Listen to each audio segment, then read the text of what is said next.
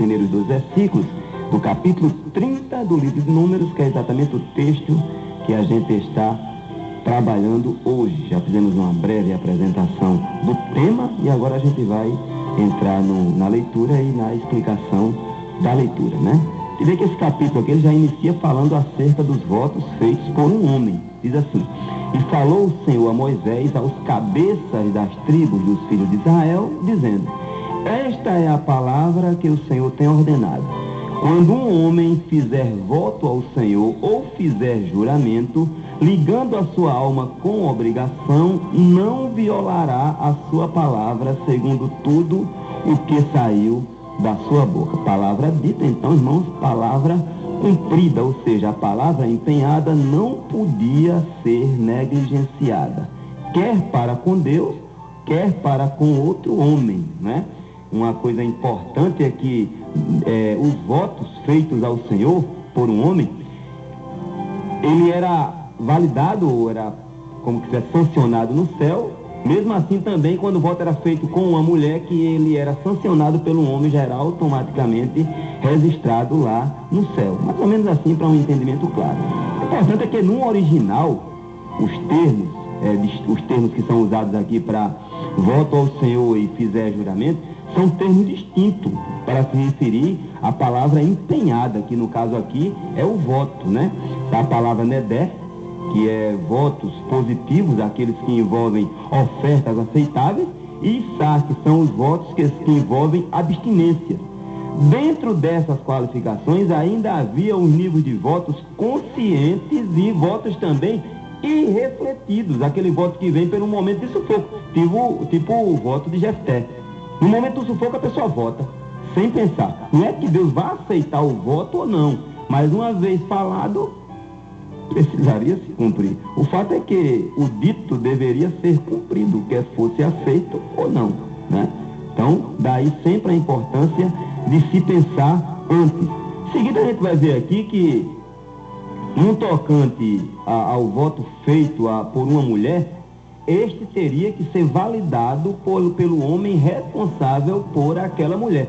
Tem aqui uma exceção a essa regra, que é exatamente o versículo 9, que fala da mulher repudiada e da viúva, ou da viúva e repudiada, como diz o texto na ordem. E os votos feitos, irmãos, ao Senhor por uma mulher, ele podia ser revogado, claro, sem dano para aquela mulher que tinha empenhado a sua palavra.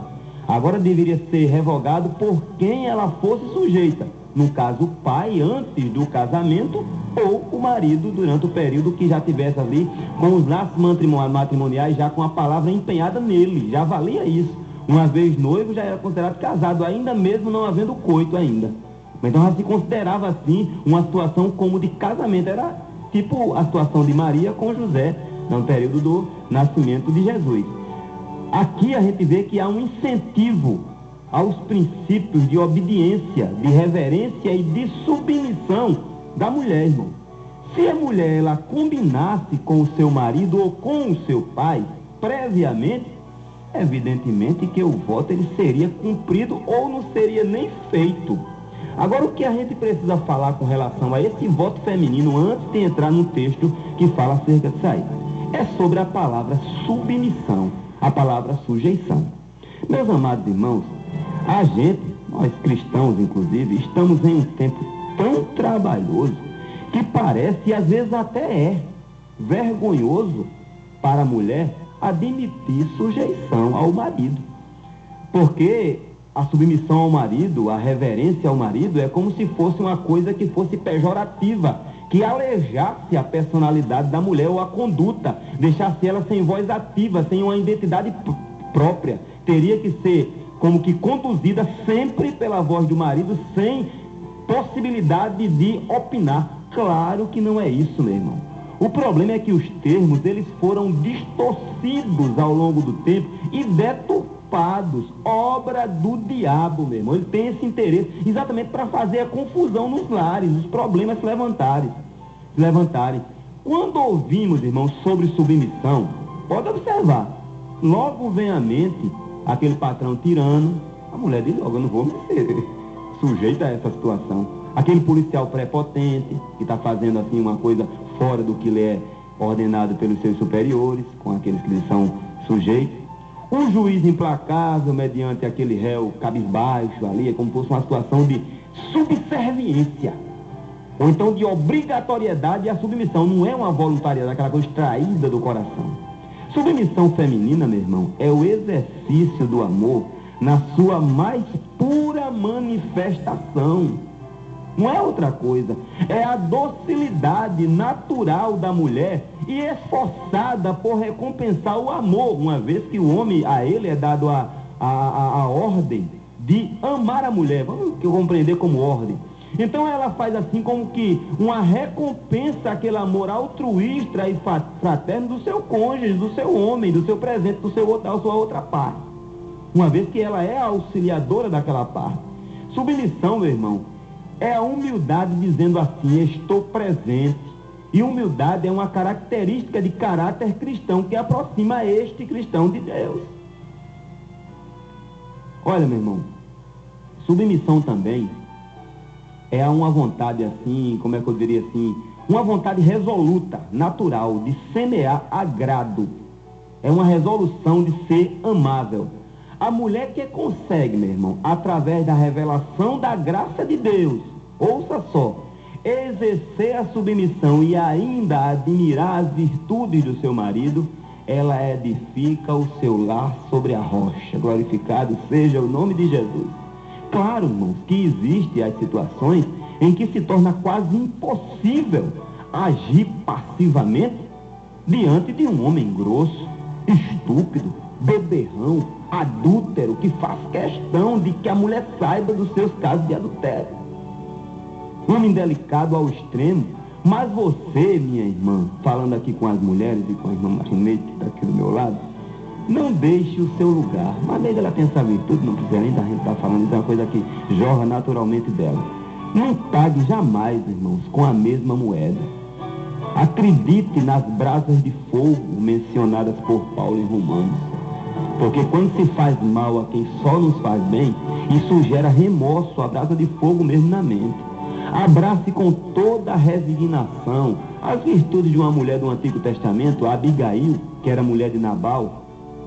Ele não conseguia, irmão, alterá-la por dentro, o seu estado de humor, a sua docilidade, até a sua beleza estampada por um coração feliz. Nem isso Nabal conseguia mexer. Ele não mexia com Abigail por dentro.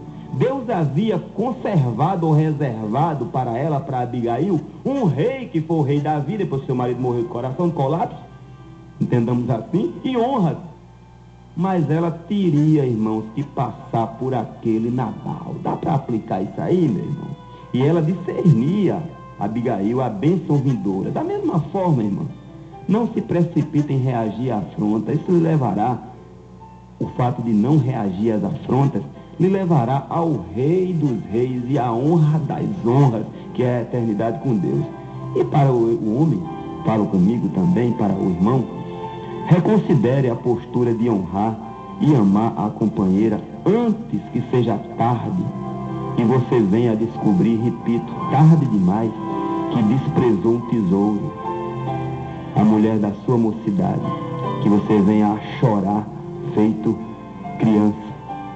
Vi uma pessoa uma vez que teve uma mulher, a mulher morreu num acidente trágico, acidente de carro trágico.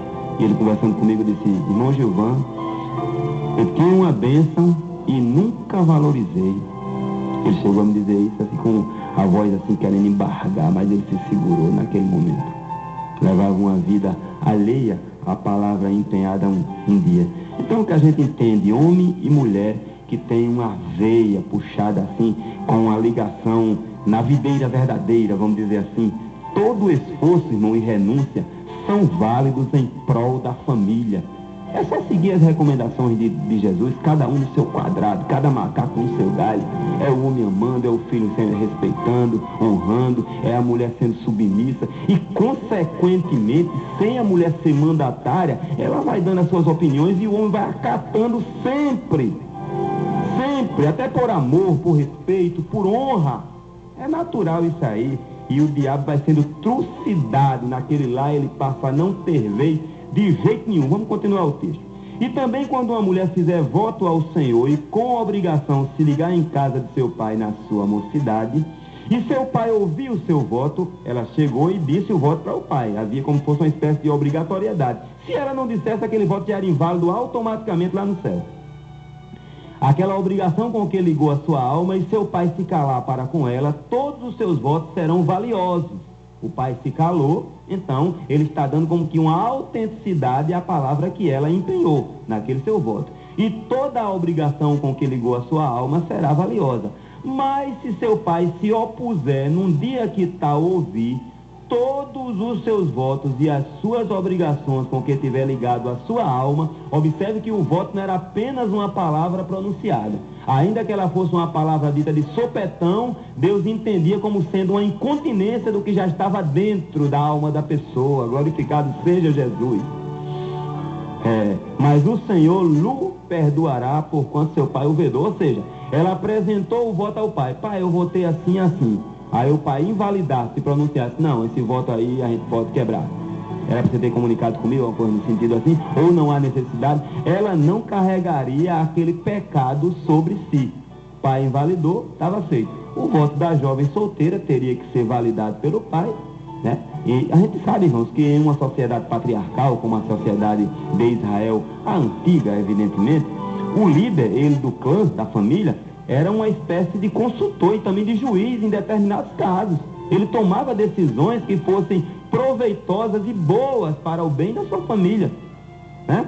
Vamos para mais um hino, e a gente vai ouvir agora com o grupo Canaã de Deus, às 14 horas e 30 minutos. O hino é Em Trevas Medonhas.